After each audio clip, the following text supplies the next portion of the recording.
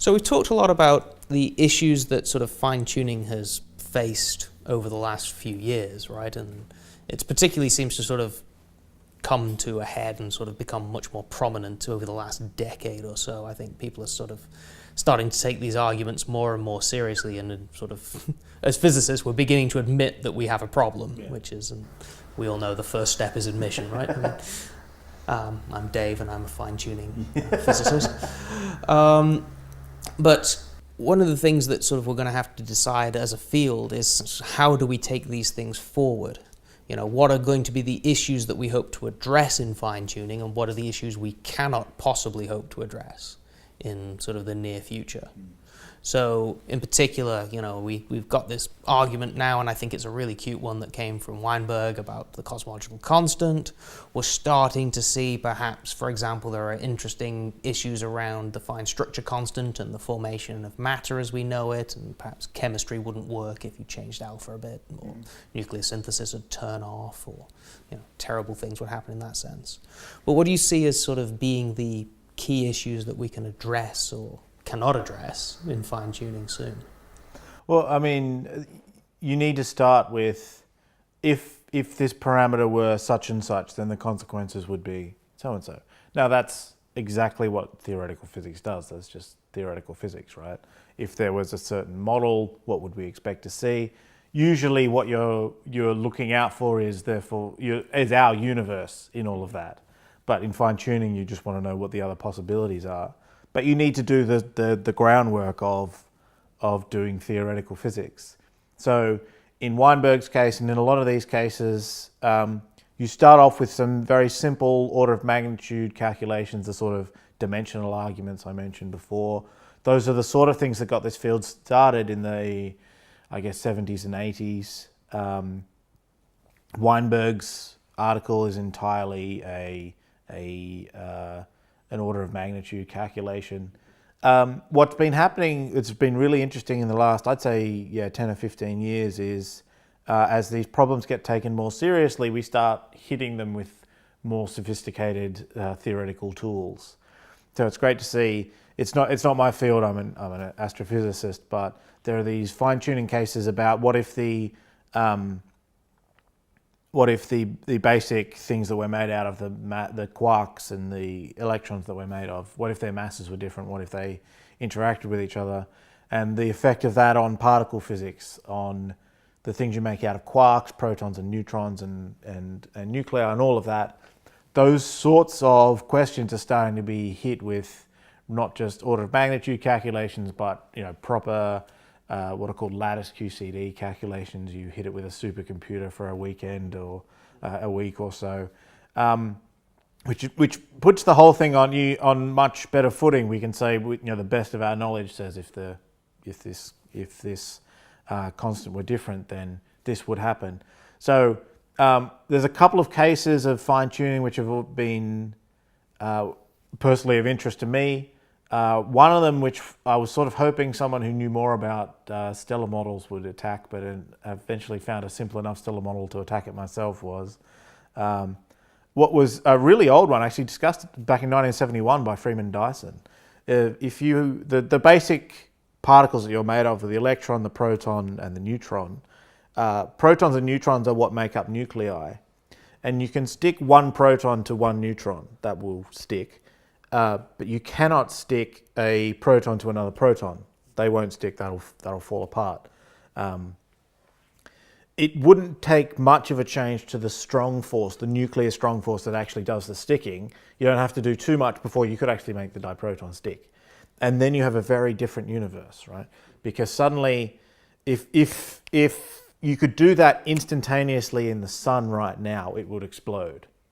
The reason being, in the sun right now, it's full of protons and they hit each other, but they don't stick. And so you have to hit them together fast enough that the nuclear weak force will change one during this tiny bit of time when they're close enough, change a proton into a neutron, then they'll stick. That's how the sun burns. But because it's so hot and dense in there, it has to be hot and dense in there for that to happen. But if you just made protons stick right now, suddenly instead of 1 in, it's like 10 to the 28 10 to the 26, of these collisions actually making deuterium, proton, neutron, it would be all of them. Everything would stick, a whole heap of nuclear energy would be released, sun blows itself to smithereens. That looked like a fine-tuning problem, but if you, as I did in a recent paper, actually go back to the models, let's really calculate this thing out and say, all right, but would a star ever get itself into that mess? If you just had a star forming, if you started the universe off with a diproton that's bound, you can stick two protons together, will every time a star fires up, will it explode? Or will it just sort of ease things off a bit, cool itself down a bit, just step back a notch, and we'd still have stable stars? And the interesting thing is that's exactly what happens. It's easier to ignite stars because it's easier to stick things together. Nuclear reaction's a bit easier, but they're not so easy that anything will just blow itself to smithereens. Stars are still quite long-lived. It's really because stars, the nuclear forces, the things that stick things together, are at the mercy of, they're dictated by the larger scale effects of the star. The whole thing is a thermodynamic system. Gravity's pushing in, and it's the electromagnetic force, really. It's scattering of things of light off electrons and electrons off electrons that's pushing back. And that system will control the reactions to make that thing stable rather than the other way around, rather than the reactions blowing up and destabilizing the whole thing. So there's problems like that. You need to be able to attack if this happened in nuclear physics, if the diproton was bound, what would happen? You need to attack that with models.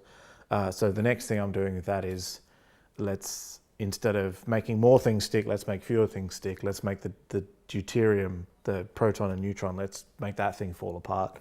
So that's pretty interesting. I'm pretty sure, unlike the diproton case, that one's a complete disaster. Nothing will burn.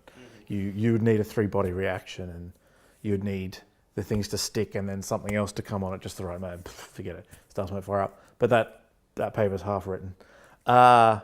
But those are the sort of things. So another thing that I'm trying to do, one of the reasons I'm in the UK, is talking to people who do supercomputer simulations of cosmological structure formation.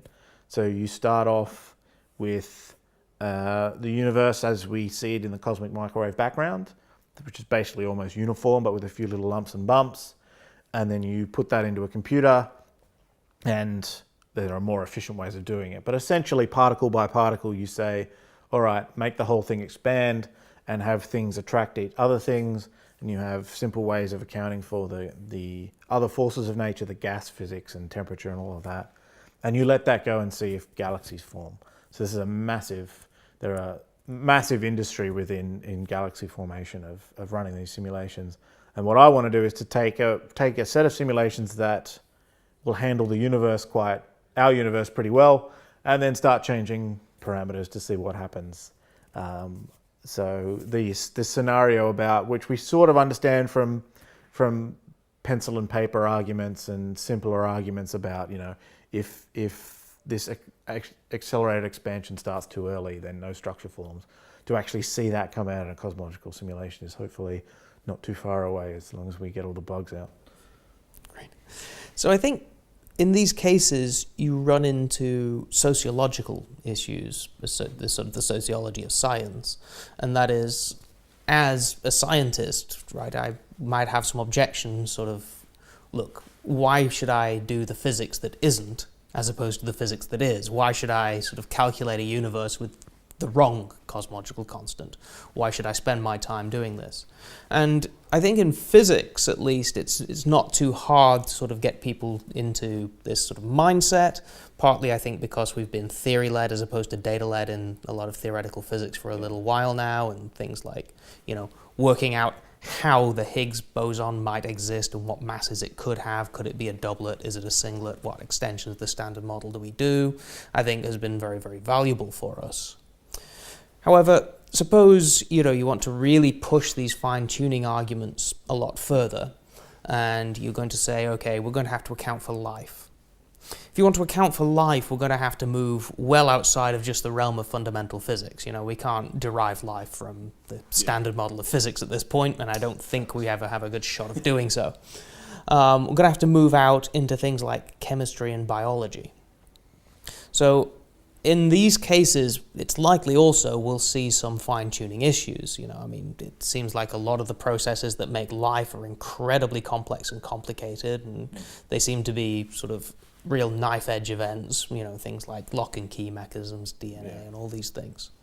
So how would you convince a biologist, for example, that, look, you're doing these great simulations of how, systems work, how your pancreas works, for example.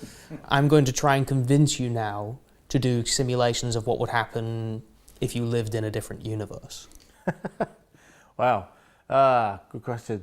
Actually, it's funny, this fine-tuning, when you look at the history of it, sort of started in the biological sciences. There was a book in the teens, I think 1913, by a guy called Henderson, who was looking at specifically biological systems and noticed you can't vary the fundamental parameters, but the way that the things interlock sort of struck him as being very unusual, the sort of properties of even simple things like carbon dioxide.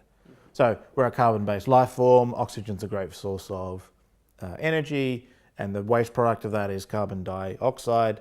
So people talk about silicon-based life forms. If they ran on a similar thing, their waste product would be silicon dioxide, which is sand. It's quartz, glass. So to produce that in every cell in your body would be a bit of a nightmare to get out. Whereas we've just got this nice gas that you dissolve in blood, and then you stick it in the lungs, it'll come out it'll convert to gaseous form, and you breathe it out, and hey presto. There's a lot of really interesting things like that within biology. As a physicist, I think what we're really aiming at, the reason why we're focused on life is because that's where it looks like the selection effect is, because we need to talk about observers. So it's not, people often ask, well, what's so special about life is a common question you get asked. Well, we're focused on life because the suspicion of what we think fine-tuning might be pointing towards, why it's suspicious, the alternative theory that could come in here. If it's the multiverse, then it's really observers we're interested in.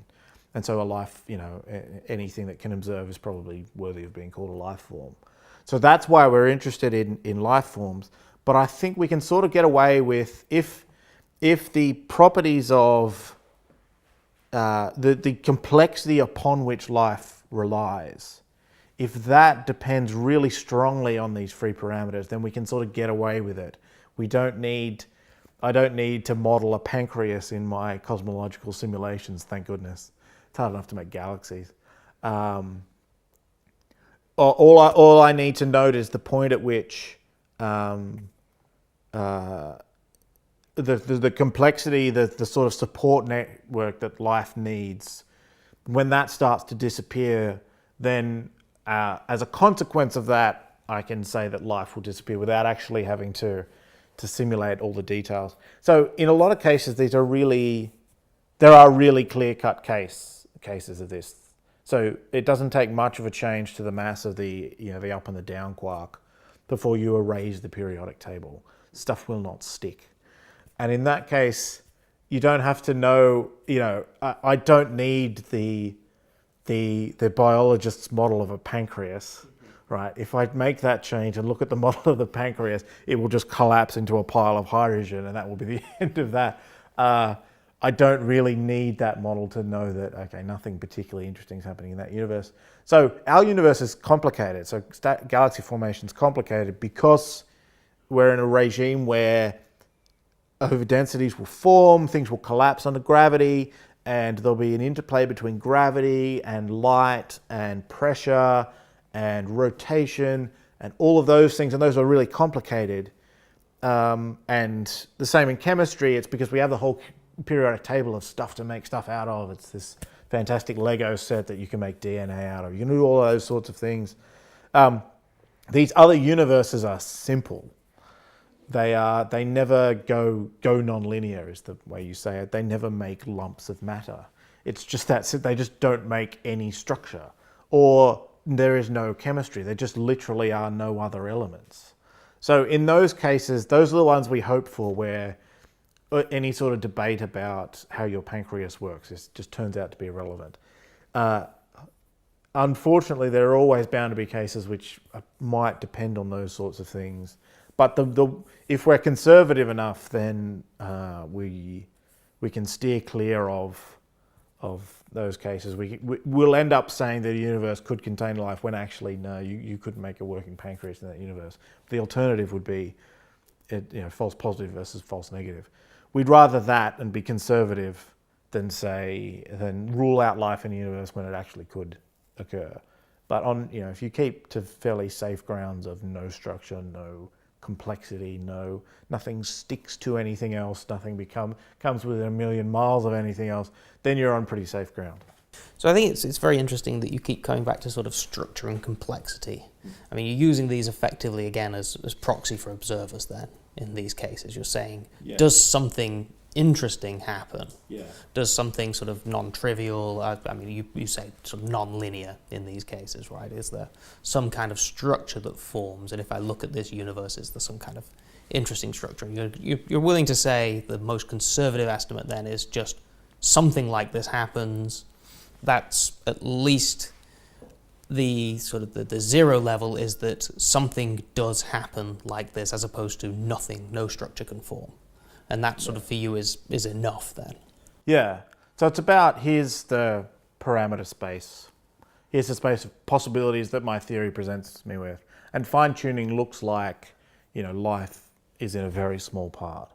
And what I'm really interested in is I'd love to be able to go in detail and draw around, no pancreas in that universe and have a really detailed map of where it works. But actually, if I draw a really conservative map, nothing interesting, nothing complex happens. If I say, it's really about the difference. We don't really know the sufficient conditions for life, but it seems like there are some necessary conditions for any sort of, even the most basic definition of life, or that are common to all the definitions of life. If I can say, it's not really that I know, okay, life will definitely happen here. It's if I can say, drew it the other way, to shade in the outside, to say life definitely won't happen outside, except I can't rule out that region. That's what I'm really interested in. It's that necessary condition rather than a sufficient condition. That's what I'm hoping will. If we've still got a fine-tuning problem in that scenario, then we've got a fine-tuning problem. In these situations, though, I mean, it's very interesting that you sort of say there's this region and then you shade out the whole sort of rest of possibility space. But of course, that isn't sort of how we really explore possibility space, right? We sort of take where we are and we make some perturbations around it and we say, okay, what if I change this? We make sort of small-scale perturbations and move and find out where the walls of this little island is in which sort of structure can exist. But to what extent do we really sort of explore this vast space that is, completely disjoint from us? Perhaps some other processes start happening that we haven't even thought about. So, for your example of turning up and down the quark masses. Perhaps if I move them a very long way, something absolutely new happens. Right. That's always a possibility. I think there are. Particle physics is always the one you have to worry about because there always seems to be another weird phenomenon just over the horizon. Cosmological constant, I think, is a nice, easy case because that's, there's no problem with the theory in that case. I mean, it's just standard. The regime in which we expect that theory to work is fairly well understood. The equations are quite simple. The worry about in particle physics is quantum field theory is a bit of an odd sort of hodgepodge of things. Certainly seems that way to me. I'm not a particle physicist, but it seems like an odd kind of thing. We can't rule out that possibility. Like I said, the worry is false negatives, where you've said no, life can't happen there, but actually it can because we didn't take something into account. Yeah, it's possible, but I mean, this is why we need to attack these things with the best kind of models we have. If you would need new assumptions to go into your model in order for life to happen, then you've not really solved the fine-tuning problem at all. They would have to, whatever new form of complexity is which we didn't think was there, would have to sort of arise naturally for you not to create just another fine-tuning problem. But it's always possible. It would still be kind of interesting because, I mean, there is a region in which we at least understand the model. So let's take the masses of these, the quarks. You can put limits on, okay, if you're in here, then if you're outside of here, then something's gone wrong. You've lost the periodic table. But then we're still quite a distance away from the region we've tested the model in, so the limits of, say, of particle accelerators. So the mass of the quarks is a couple of MeV in these units, and the Large Hadron Collider's at a couple of million MeV. GeV, TeV. Yep, good. I can do maths. Pushing up to a couple of 10 million. So there's at least, even if you don't, there's an extrapolation beyond where we've tested the theory, but even if you stay within those bounds, it looks like we've still got a bit of a fine-tuning problem. So one of the reasons why the cosmological constant problem is such a problem is it's well within the range of where we've tested the physics that's relevant that we have this problem. So we have the value in our universe, and then we have what seems like the natural value. If you can extrapolate all the way up to the Planck scale, then you have a problem of order 120 orders of magnitude, 10 to the power of 120. But even if you only extrapolate to where we've tested the theory, you're still looking at 30 or 40 orders of magnitude. You've still got a problem there. You've still got a problem. So yes, there changes, do some more theoretical physics I'm always a fan of because it's what I'm doing, it's what I get paid for, so I'm always a fan of more theoretical physics, but I think there are fine-tuning problems which are unlikely to go away in that way.